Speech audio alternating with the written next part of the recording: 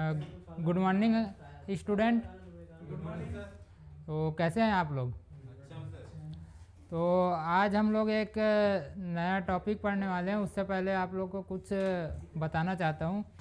आप लोग जब चाय पीते हैं सुबह उठकर, तो क्या गर्म चाय पी लेते हैं? आप लोग नहीं पी पाते, तो आप कैसे ठंडा करके उसको पीते हैं? एक कप से उसको या तो कटोरी में डालेंगे या फिर दूसरे कप में डाल के उसको ठंडा करते हो। तो ये जो ठंडा करने की प्रक्रिया है उसको क्या कहते हैं, आप लोग को पता है? बताइए। कंडेंसेशन। जी बिल्कुल सही। तो ये जो कंडेंसेशन की प्रक्रिया है, ये हमारे रेफ्रिजरेशन साइकिल में एक पार्ट होता है, उसके अंदर भी सेम प्रक्रिया होती है। तो आज हम उसी के बारे में चर्चा करने वाले हैं। तो आज का हमारा टॉपिक है कंडेंसर।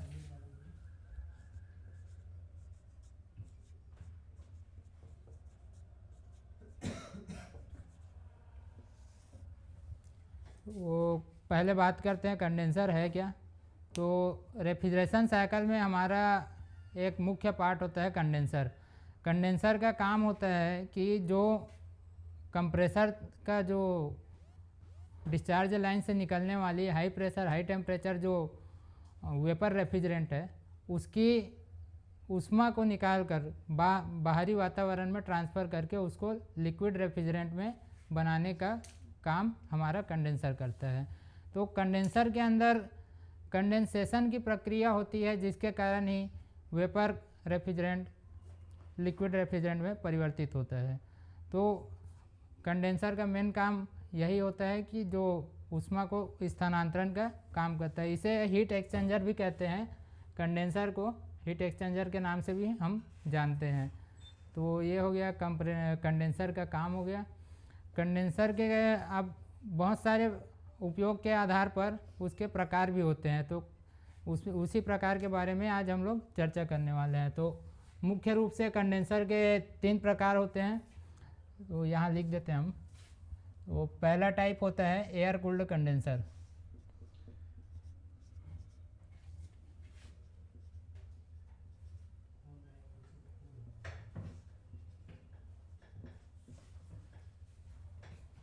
तो पहला टाइप है एयर कूल्ड हमारा कंडेंसर।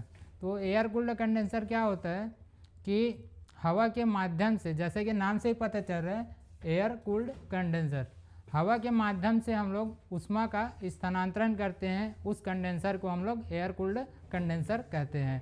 एयर कूल्ड कंडेंसर में भी और भी टाइप होते हैं इसके अंदर में। पहला होता है नेचुरल कन्वेक्शन टाइप।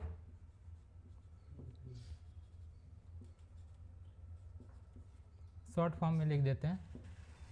पहला होता है natural convection type. Natural convection type मतलब नेचुरल हवा के माध्यम से जब हम कंडेंसर में कंडेंसेशन की प्रक्रिया करवाते हैं, तो उसे हम लोग natural convection type air cooled condenser कहते हैं। और इसी में जब हम लोग कंडेंसर के साथ एक फैन मोटर का उपयोग करते हैं, तो ये हो जाता है हमारा फोर्स कन्वेक्शन टाइप।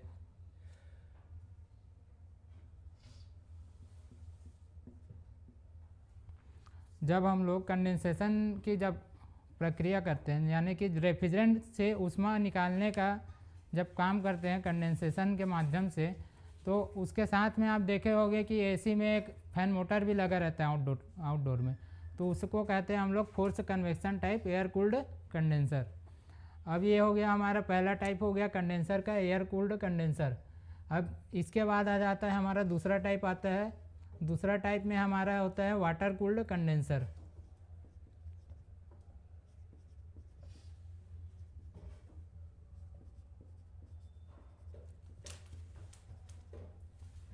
तो ये जो वाटर कूल्ड कंडेंसर है, ये भी कार्य और क्षमता के आधार पर, कैपेसिटी के आधार पर 3 प्रकार के होते हैं। वाटर कूल्ड कंडेंसर क्या है, इसको जानना सबसे पहले ज़रूरी है कि वाटर कूल्ड कंडेंसर होता क्या है। जैसे कि हम लोग एयर कूल्ड कंडेंसर में हवा के माध्यम से हम लोग ऊष्मा का स्थानांतरण कर रहे थे बाह्य वातावरण में, उसी प्रकार वाटर कूल्ड कंडेंसर में जब हम पानी के माध्यम से ऊष्मा को निकालते हैं, तो उसको हम लोग कहते हैं water cooled condenser. Water cooled condenser में भी जो अलग अलग प्रकार होते हैं, उसकी क्षमता और कैपेसिटी के हिसाब से अलग अलग सिस्टम में अलग अलग वाटर कूल्ड कंडेंसर का उपयोग किया जाता है। तो इसमें जो टाइप्स हैं, सबसे पहले पहला टाइप है shell and tube type condenser. इसको बोल दो बाहर ही रहे, बाहर रहो। ये जो shell and tube type condenser है, इसमें सेल में जो होता है हमारा रेफ्रिजरेंट होता है और ट्यूब में हमारा वाटर होता है। तो सेल में जो रेफ्रिजरेंट होता है वो बाह्य वातावरण और पानी के संपर्क में आके अपनी ऊष्मा को ट्रांसफ़र करता है, किसमें, पानी में करता है, जिससे हमारा वेपर रेफ्रिजरेंट ठंडा होकर लिक्विड रेफ्रिजरेंट में परिवर्तित हो जाता है। तो ये हमारा फर्स्ट टाइप है वाटर कूल्ड कंडेंसर का। अब इसी में जो दूसरा टाइप है वाटर कूल्ड कंडेंसर में, वो है double tube type condenser, water cooled condenser.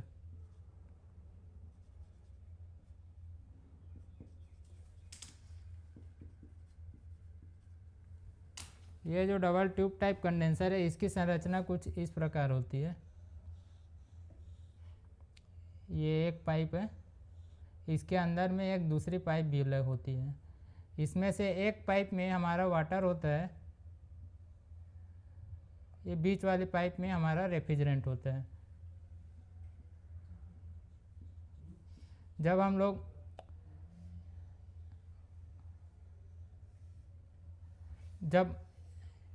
एक अंदर वाली जो पाइप ट्यूब है, उसके अंदर जब रेफ्रिजरेंट प्रवाहित होती है, तो जो बाहर वाली जो ट्यूब है उसमें पानी रहता है, उसके साथ संपर्क में आके ये ऊष्मा का स्थानांतरण करती है और जो वेपर रेफ्रिजरेंट है वो हमारा लिक्विड रेफ्रिजरेंट में प्राप्त होता है हमारे लास्ट वाले आउटलेट पॉइंट पे।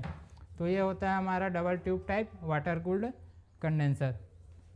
इसी में जो हमारा लास्ट टाइप है वाटर कूल्ड कंडेंसर का, वो है shell and coil type water cooled condenser.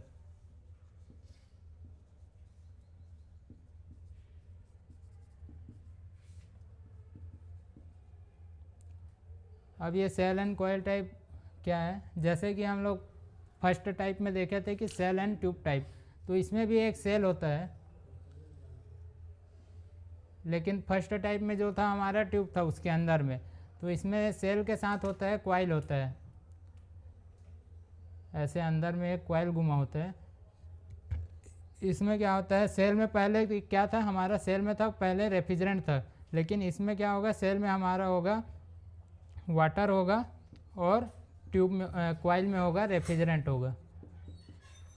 तो जब ये सेल में जब वाटर होगा और कॉइल में रेफ्रिजरेंट होगा, तो दोनों आपस में एक दूसरे के संपर्क में रहेंगे और हीट का रिजेक्ट ज़्यादा अच्छी तरह से होगा। इसका उपयोग बड़े चिलर प्लांटों में या फिर सेंट्रल प्लांट में किया जाता है।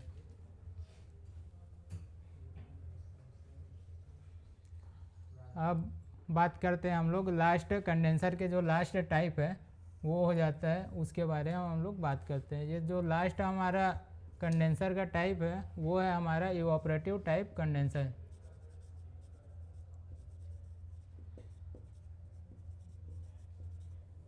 तो ये जो हमारा लास्ट टाइप है कंडेंसर का, ये है हमारा इवापोरेटिव टाइप कंडेंसर।